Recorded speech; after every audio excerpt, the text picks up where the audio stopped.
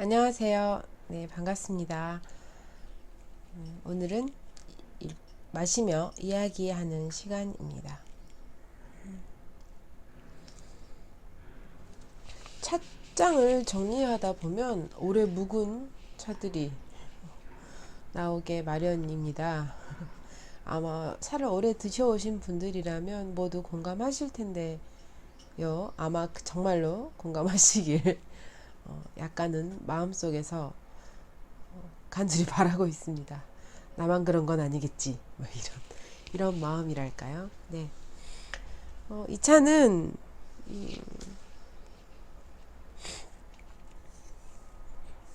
백호 운침이라고 해요. 제가 받은 지가 한 3년, 2년, 3년 된 것 같고요. 올해는 3년째가 맞는 것 같아요. 3년 된 것 같고, 만들어진 지는 10년, 그러니까 2009년 차라고 합니다. 2009년에 2009년 이 정도로 된 백차를 마신 기억이 예, 있긴 있네요. 뭐, 지금 한 10년 정도 된 백차들이 저에게도 몇 점 있는 것 같아요. 근데 이게 백호 운침이라고 했는데 제가 알고 있던 백호 운침과는 많이 달라요. 게다가 백호 운침을 묵혀서 마시는 일은 제가 한 번도 경험해 보지 못했기 때문에 약간 궁금해지기도 합니다. 백차는 크게 찻잎으로 구분하자면 크게 세 가지가 있다고 볼 수 있어요. 쌍만, 맨 위에 똑 따서 나오는 싹, 이게 맨 꼭지 윗부분이거든요. 쌍만으로 이루어진 백아차, 흰백, 싹아에서 백아차. 백아차를 말하자면 백호운침이 가장 대표적이라고 할 수 있겠고요. 그리고 또 뭐 대백호 뭐 같은 경우들, 경국 대백호 같은 경우들이 있고, 백엽차는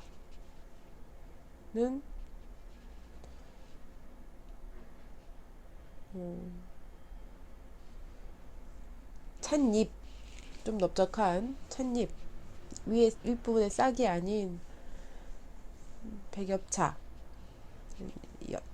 힐백에 나뭇잎 옆, 잎사귀 옆 해가지고 쓰는 백엽차. 세 가지로 나눈 이유는 두 가지를 섞어 쓰는 경우도 있기 때문이고, 크게는 이제 백아차, 백엽차로 나뉘는데요. 백아차와 백엽차의 차이를 가장 먼저 들자면 단순하게 생각했을 때 싹 잎이고요. 싹 잎이기 때문에 맛이 조금 달라요. 향도 조금 다르고 마시는 방법도 조금 다릅니다. 대부분 찬물차, 뭐 봄에 처음 타는 찬물차라든지 뭐 녹차, 발효가 덜 된, 녹차는 불발효차죠.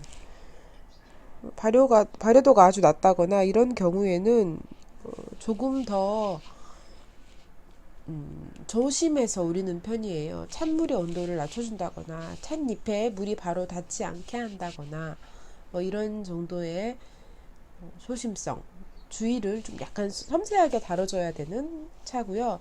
백엽차, 뭐 대표적으로 월강백이라든지 뭐 수미, 공미 뭐 이런 애들이 있겠죠. 그런 차들의 경우는 좀 더 그냥 물 온도를 굳이 식히지 않아도 되고 좀 편하게 우려 덤벙덤벙 우려서 마실 수 있는 차라고 볼 수 있겠습니다. 제가 백호 온침을 처음 맛봤던 것은 리쉬티라는 미국 브랜드일 거예요. 미국 브랜드의 백호 온침이요. 실버 니들로 나와 있던, 그냥 그대로 영문으로 번역한 건데요. 백호 온침이었는데 그건 아주 미묘한 맛과 오묘한 향, 뭐 이런 인상이었어요. 그 대신 아주 깨끗한, 아주 맑은 뭐 이런 느낌? 근데 그 뒤로는 사실은 저는 이제 백아차보다는 백엽차에 가깝게 마시는 편이고, 사실 데베코를 백아차로 치면 그렇진 않긴 한데, 유독 백호 온침이 조금 섬세하게 우리는 편이에요. 근데 이 차의 찻잎을 보니까 제가 익히 알고 있던 백호 온침과는 사뭇 다르게 그 데베코 산차 같은 어떤 인상이 꽤 강합니다. 그래서 이게 또 10년이나 묵은 거기 때문에 또 더더욱 그럴 수도 있겠다라는 생각도 들고요. 왜냐면 찻잎 색깔이 꽤 발효가 된 것처럼 색깔이 좀 어두워졌거든요. 이제 물론 그 하얀 백호 실버 팁들이 라서 이렇게 갈색빛이 도는 찻잎들이 많진 않지만요. 솜털에 가려져서 그래도 어쨌든 약간 새로운 차라고 여겨지네요. 백호 온침이 처음이 아닌데도 말이죠. 그래서 찬물을 식혀서도 우려보고 뜨겁게도 우려볼 생각입니다.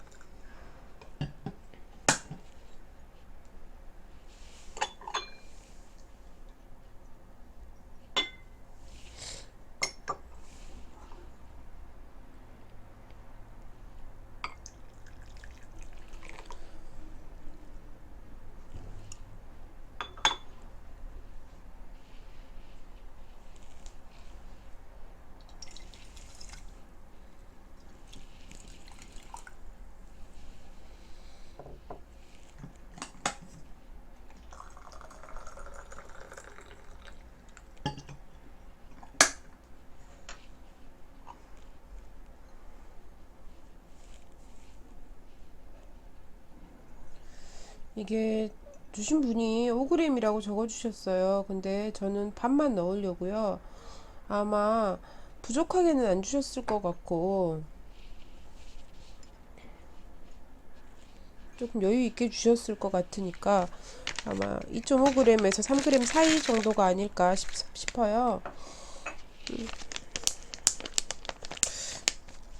소술다원의 차인데 저는 소술다원의 차들을 많이 마셔보지 않아서 여기가 어떤 차를 취급하는지에 대한 뭐 정보나 지식이 전혀 없어요.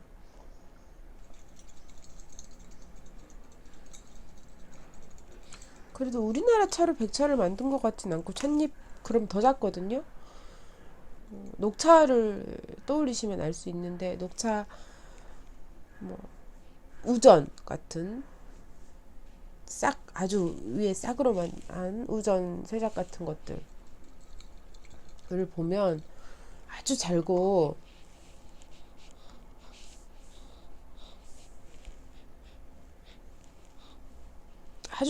작고 여리거든요. 근데 그런 느낌은 아니라서 어떨지 가볍게 윤차를 좀 할게요. 근데 백차는 이렇게 둥둥 떠오르니까 살짝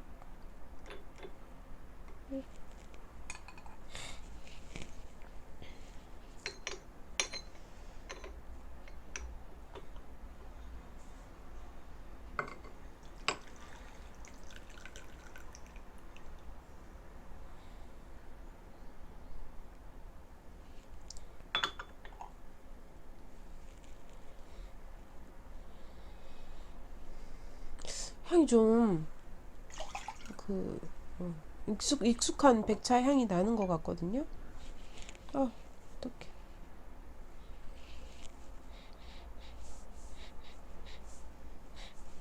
백아차와 백엽차의 가장 큰 차이라고 한다면 저는 그 단맛의 정도? 강도라고 생각했거든요. 이제까지는. 그런데 또 그렇지 않은 경우도 있더라고요. 물론 저는 월강백도 경국대백호나 뭐 이런 백아차들도 좋아하지만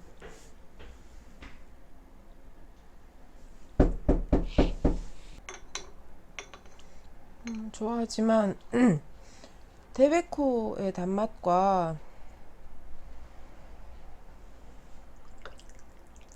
월광백의 단맛은 약간 느낌이 전혀 좀 사뭇 다르거든요. 데베코의 단맛은 약간 시원스러운 단맛이라면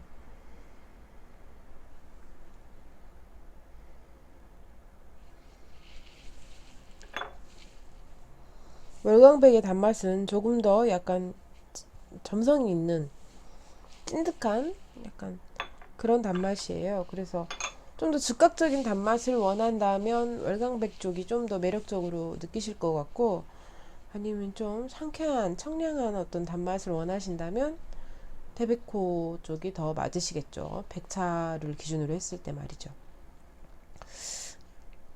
향은 데베코에 훨씬 가깝고, 네, 비슷한 것 같아요.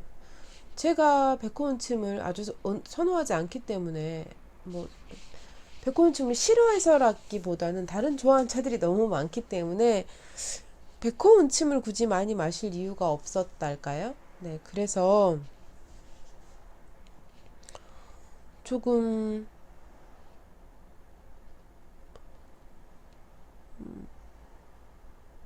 뭐 정보가 적죠. 제게 축적된 정보가 적은데요.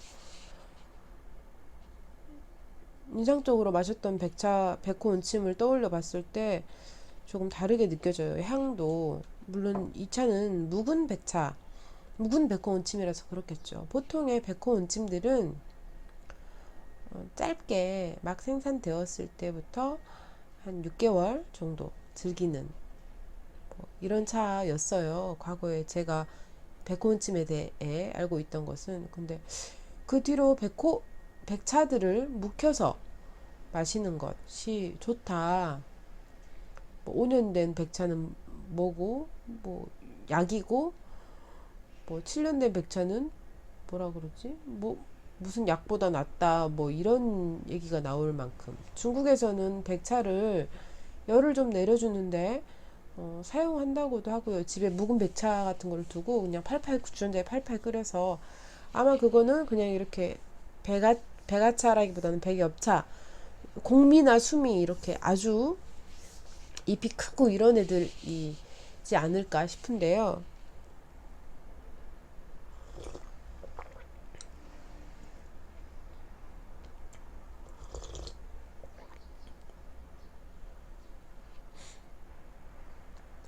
몇 년 전부터 네, 묵은 백차에 대한 어떤 유행이랄까요? 그런 선호가 많이 늘었고 꽤 많이 나오는 것 같더라고요. 저도 11년 차 뭐 이렇게 해서 11년 월광배, 뭐 15년 뭐 이렇게 백차들이 좀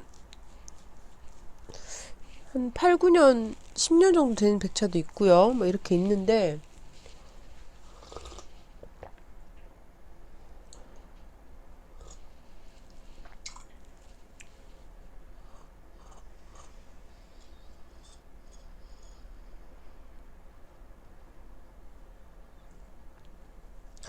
그래서 동양차류라면 품질이 문제가 있는 게 아니라면, 좀 오래 묵었다고 해서 아 이거는 오래됐으니까 못 먹어 라고 생각하지 마시고 오히려 더 좋아지셨을 수도 있다는 어떤 가능성을 조금 염두에 두셔도 좋을 것 같아요.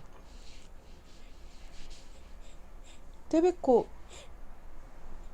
약간 익은 데베코 같은 느낌이 조금 있는데 그냥 뜨겁게 우려도 될 것 같아요. 이런 맛과 향이라면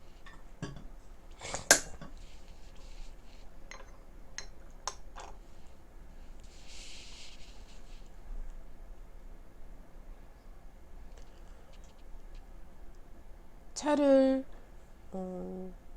처음에 마실 때는 아무래도 조심스러울 수밖에 없습니다. 왜냐면 이 차에 대한 지식도 부족하지만 뭐 몸에 축적된 정보가 많이 부족하기 때문에 실수도 많을 수밖에 없고, 또 차의 종류가 워낙 다양하기 때문에 그 차마다 다르다는 것에 대해서 정확히 알려주고 있는 창구들이 많지 않기도 하고요. 또 차가 아주 한국인의 경우는 아주 익숙한 음료도 아니라서 조심스럽기도 하고 어렵기도 하고 실수도 많이 할 수 있습니다만, 다행인 것은 차는 한 번에 막 10ml씩 15ml씩 10g씩 15g씩 20g씩 뭉텅뭉텅 우리는 게 아니고, 동양차 같은 경우는 뭐 3, 4g부터, 특히 처음에 드시는 분이라면 처음부터 진하게 드시는 것은 이 차의 맛을 확인하시기가 좀 어려울 테고, 점점 더 진하게 마시게 되니까 처음에는 약간 좀 연하게 드시는 것을 전 추천하고 싶은데요.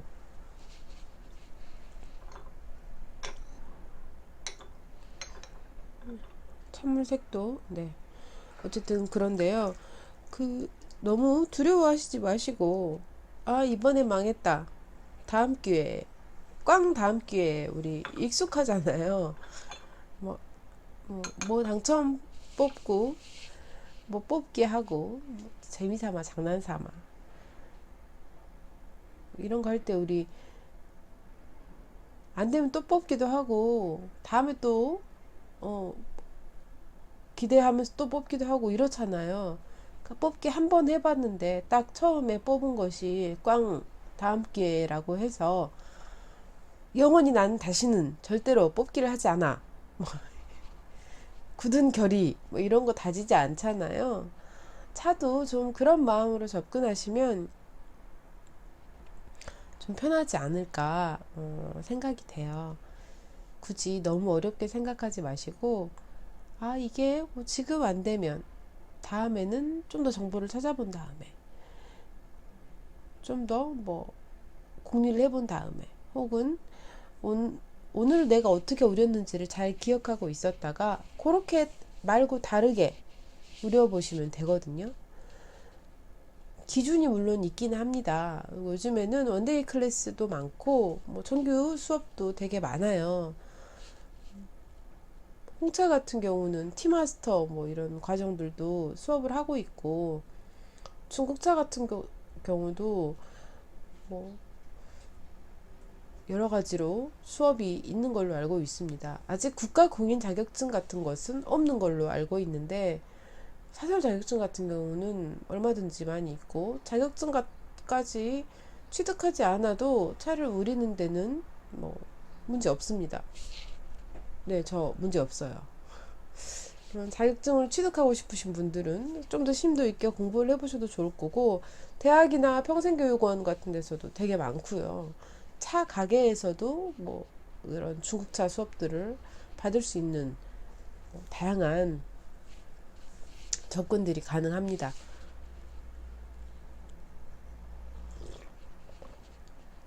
그리고 주변에 차를 드시는 분들, 좀 드셔오신 분들하고 친해지시면 제일 좋고요. 정보도 얻을 수 있고 차도 얻어 마실 수 있고 좋은 가게도 추천해 주니까요. 저는 이제 좋은 가게를 추천하고, 어떤 차를 막, 아, 이 차도 못 마셔봤으면 어쩌고 저쩌고 이렇게 할 만큼 능력이 잘 안 돼요. 물론 저도 처음에 중국차를 시작할 때 정말 많은 곳을 다녔어요. 차 가게, 어느 지역에 가도 차 가게가 있으면 꼭 들립니다. 다른 지역에, 제가 평소에 잘 다니지 않는 지역들 있잖아요.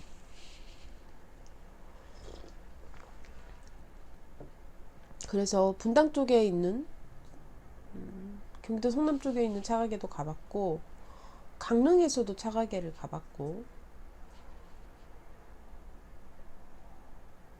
광주에서도 숨어 있는 아주 막 눈에 띄지 않는 곳에 은근슬쩍 차 가게들이 있어요.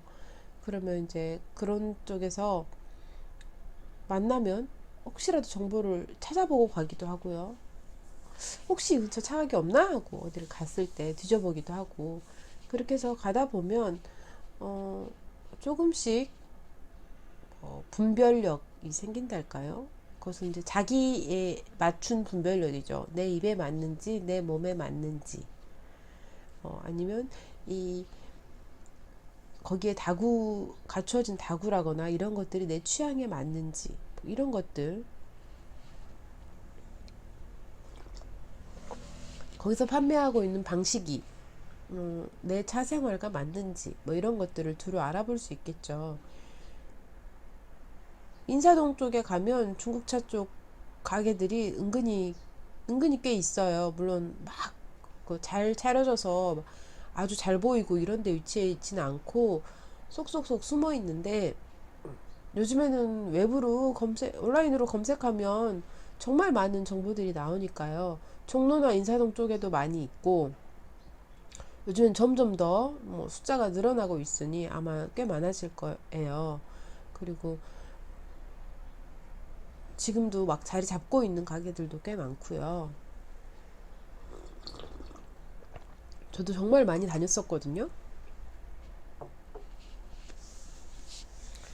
제가 한참 많이 다니던 시기에 있던 가게들은 뭐 그래도 좀 괜찮다고 했던 데들은 다 가본 것 같아요.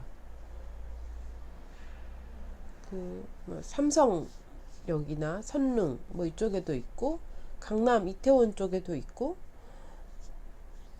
또 어디 쪽에 있지? 신촌? 신촌에도 있는 것 같고, 홍대 쪽에도 있는 것 같고, 이렇게 정말 많은데 다 뭐 한두 번씩, 최소 두 번씩은 가봤어요. 두 번씩 정도는 가보고, 두 번 정도 가본 다음에 여기가 나랑 맞다, 여기에 있는 차들이 나에게 뭐 즐거움을 준다, 만족감을 준다 하는 곳들은 한 번 더 가고, 조금 더 그 다음에도 만족하면 또 한 번 더 가고, 이런 식이죠. 우리가 단골이 되는 방법이 그런 거잖아요. 갔는데 만족스러워서 한 번 더 가고, 또 한 번 더 가고, 그랬는데 또 만족스러워서 계속 가고, 이런 식인 거잖아요. 차 가게도 마찬가지라고 생각하시면 될 것 같아요. 많이 다니고 그랬는데 이제는 어느 정도 저에게는 단골 가게가 생긴 거죠. 그래서 그 뒤로는 굳이 다른 곳을 아주 많이 가진 않아요. 제가 이제 이제 건강상의 이유도 있고 그러다 보니까 더더욱 그런 면이 있는데, 그래도 여전히 중국차 새로운 브랜드가 생겼다거나 내가 몰랐는데 아주 지방에 뭐 있는 브랜드 중에서, 차 가게 중에서 거기가 좋은 차를 가져온다더라 이러면 저는 하나씩 두 개씩 사보는 편이거든요. 이게 호기심이기도 하고, 혹시 그 가게가 정말 나에게 맞을지도 모르잖아요. 정말 내가 좋아하는 차들, 혹은 내 입에 맞는 차들, 내 취향에 맞는 차들을 가지고 있을지도 모르니까 맛보는 거죠. 물론 그러다가 아주 실망하는 경우들도 덜어 있습니다. 아, 저기 차는 정말 사람들이 안 마셨으면 좋겠다 싶을 정도로 실망하는 경우도 물론 있어요. 근데 그렇다고 해서 단정해서 거기 차는 쓰레기예요 이렇게 할 수 없는 것은, 제 기호나 제 몸이나 뭐 이런 것에 관계된 것인지, 정확하게 그 차, 객관적인 기준으로 그 차를 품평할 수 있는 어떤 조건을 제가 갖추지 못했기 때문에, 거기까지는 내가 관여할 수 있는 문제가 아니구나. 나에게는 맞지 않았지만 저 사람에게는 어떤 매력적인 부분이 있었거나 거기 차들이 아주 좋았을 수도 있겠구나 하는 마음이 들죠. 이제 아주 가까운 사람들하고는 나는 거기 차 조금 그렇던데 얘기를 하죠. 아주 가까운 차 친구들하고는 나는 거기 차 조금 그렇던데 혹시 드셔보셨어요? 제가 잘못 드렸을까요? 뭐 이런 것들. 거기에 이 차는 좀 그랬는데 다른 차는 혹시 괜찮은 게 있었나요? 뭐 이런 것들. 우리가 온라인에서 맛집 같은 걸 막 찾아보고 가잖아요. 검색해서 막 맛집 막 드셔보고 갔는데 맛집이 다 맛있진 않죠. 경험하셨을 건데요. 저는 자주 경험하거든요. 그래도 외식을 하러 가려고 하고 늘 먹던 거 말고 좀 새로운 거 먹자라고 했을 때 검색을 하게 되잖아요. 그러면 이제 나름 검색하고 거기 어쩌더라 막 리뷰 많이 있고 막 이런 데 찾아갔는데 어 글쎄 나는 거기가 이런 게 어떻고 저런 게 어떻고 저런 게 어때서 나는 그렇게 만족스럽지 않던데 뭐 그렇다고 뭐 가격이 좋다거나 뭐 이동상의 편의가 이동상의 어떤 거나 주차 시설이나 뭐 편의 시설이 아주 잘 돼 있다거나 그런 것도 아니라서 나는 별로야 라고 할 수도 있고 어떤 부분은 생 기대만큼은 못 미치는데 그 정도면 나쁘지 않았던 것 같아. 어떤 데는 그래도 확실히 가볼까 하고 갔는데 의외로 아주 좋아 막 이럴 수도 있죠. 그리고 심지어 같이 간 동행 중에서도 누구는 아주 좋고 누구는 그닥 난 여긴 좀 이럴 수도 있는 거니까요. 차도 같은 기준을 적용해야 된다고 저는 생각하고 있고 그래서 사람들이 막 좋다고 해서 갔는데 나는 별로일 때 그래도 사람들이 좋다는 말을 들으면 그런 생각을 해요. 내가 모르는 저 차의 매력이 뭔가 있나 봐. 저기 가게의 매력이 뭔가 있나 봐. 나랑은 사람들이 많이 다르구나. 또 같은 사람들도 있으니까요. 뭐 이렇게 생각하게 되거든요. 그래서 거기 가지 마만큼 추천도 어렵고 그런 생각을 늘 해요. 나는 지금 마실 때 이 차가 어떻게 여겨져요? 나는 어떤 느낌이에요? 나는 이 차가 어떻고 이랬어요. 라고 말을 할 수는 있죠.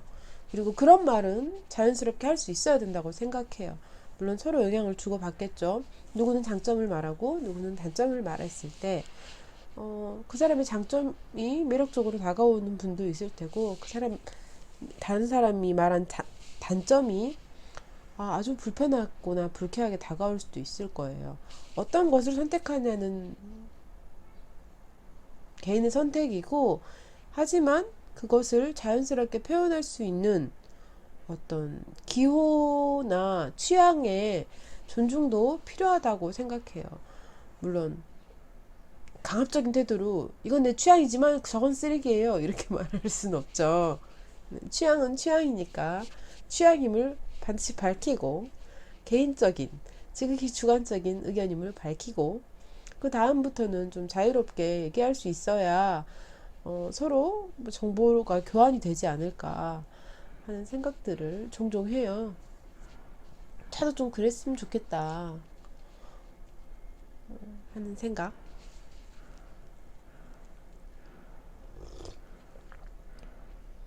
얘는 제 입이 지금 좀 약간 쓰기 때문에 입안이 텁텁하고 쓰기 때문에 아주 단맛이 많이 강하게 느껴지진 않는데요. 월광백과 가깝고요. 약간의 청량함도 느껴지고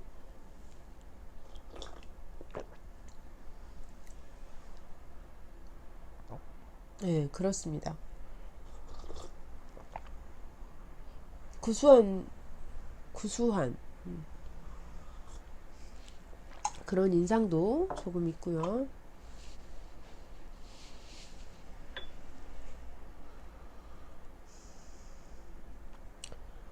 이렇게 차를 마시다 보면 이 차와 저 차를 섞어 먹으면 어떨까 하는 생각들을 하게 돼요.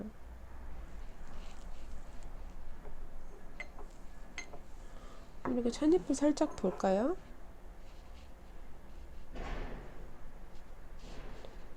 어우,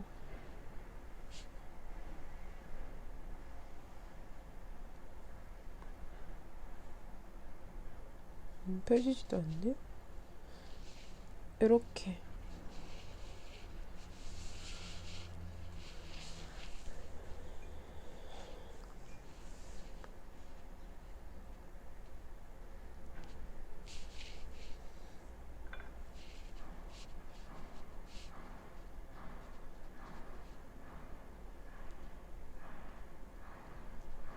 확실히 보들보들하고 약간의 탄성도 있고 10년이 됐지만 막 그냥 아주 뭉개지는 차는 아닌 것 같은데 차기도 조금 있나 싶은 마음도 느낌도 드네요.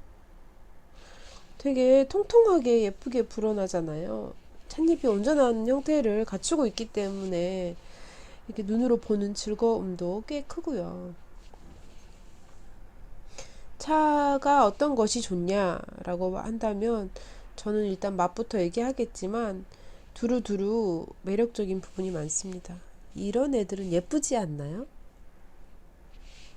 진짜 진짜 아까 이렇게 손톱이 보송보송한 그 건엽일 때도 예뻤지만 이렇게 물을 머금고 마치 막 딴 것처럼, 물론 색깔이 많이 발효가 됐기 때문에 초록빛이 아니기 때문에 막 딴 잎이라고 우기기에는 무리가 있습니다만, 그래도 물을 머금으면서 그 형태 그대로 유지가 되고 그 원래 본연의 찻잎 모양 그대로 볼 수 있다는 게 꽤 매력적인 부분이 아닌가 싶습니다. 이렇게 산차 형태의 것들은 확실히 그런 면에서 아주 즐거움이 크지 않은가 싶어요. 예쁘네요. 오늘 차는 좀 짧게 마실 생각이에요. 사실 배가 고파요. 그래서 짧게 마시고 조금 더 우려가지고 식사 후에 어, 최근에 들었는데요. 모두 한국인이라면 모두 어느 정도 생각하고 계실 거예요. 밥 먹으면서 물을 같이 먹는 게, 혹은 식전, 식후에 바로 뭐 물을 먹는 게 별로 좋지 않다. 소화에 방해 요소가 된다. 뭐 위장 기능을 약하게 한다. 뭐 이런 얘기들을 듣잖아요. 근데 그렇다고 하더라고요. 뭐 너무 과한 것은 그렇겠지만 식후에 물을 마시고 이런 것들이 크게 문제가 되지 않는다. 오히려 좋은 경우들도 있다. 뭐 이런 얘기들도 들리더라고요. 결국은 어떤 사람에 따라서 다르기도 하고 상황에 따라서 다르기도 한 게 아닌가 싶어요. 우리 한국 전통의 식문화라고 한다면 국이나 뭐 이런 물김치라든지 뭐 이런 게 있어서 그런지는 모르겠지만, 우리는 굳이 식탁에 밥상 위에 물잔이 꼭 올라와 있거나 하진 않잖아요. 근데 외국의 경우를 생각해 보면 뭐 차, 맥주, 뭐 와인, 음료 등이 줄줄이 꼭 있잖아요. 아침에 가볍게 먹을 땐 주스나 우유, 커피와 뭐 간단한 것. 저녁에는 이제 술 종류, 뭐 이런 것들 곁들여서 식사를 하잖아요. 그런 걸 보면, 그래, 아예 안 될 거라고 생각한 것은, 너무 나쁘다고 생각한 것은 약간 과도한 어떤 생각이 아니었나, 그렇게까지 생각할 것은 아니지 않았나 하는 생각을 하거든요. 물론 저는 먹으면서 차를 좀 곁들입니다. 음식에 따라서 다르지만요. 먹으면서 차를 좀 마시기 위해서 저는 이만 인사를 드리겠습니다. 가을을 좀 즐기고 싶은데, 한절기를 좀 즐기고 싶은데, 봄, 가을이 저는 비염이나 감기 때문에 아주 힘들어서 즐길 수가 없어요. 안타깝습니다. 대신 여러분들께서 이 가을을 더 추워지기 전에 즐겨주시길 바랍니다. 아주 즐거운 어떤 일을, 가을을 만나셨다면 저에게도 살짝 알려주세요. 대리만족이라도 하고 싶네요.